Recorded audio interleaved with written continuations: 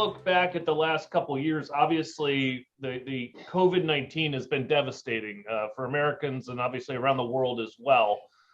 We had a fear in the beginning of COVID-19 that this would be also devastating for the workers' compensation system.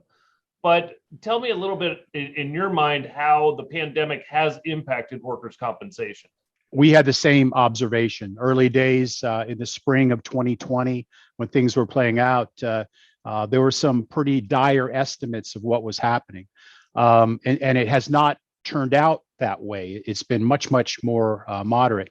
I would qualify that by saying that it has been devastating for certain segments of our population of the workforce, certainly frontline healthcare workers, first responders. There's a lot of tragedy there. There's a lot of difficult stories there, and I don't want to underestimate that. But for the system as a whole, it has not played out that way. We did a research project with 9 independent bureaus. Recently was published in 45 jurisdictions.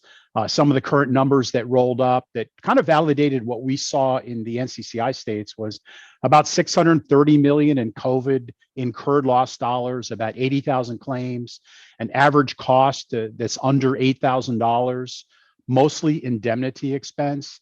And so those estimates where we stand now were certainly not as dire, to use that term again, as we did early on. Having said that, there's still some uncertainty in the system. You know, we still have uncertainty relating to the infections and this concept of long COVID.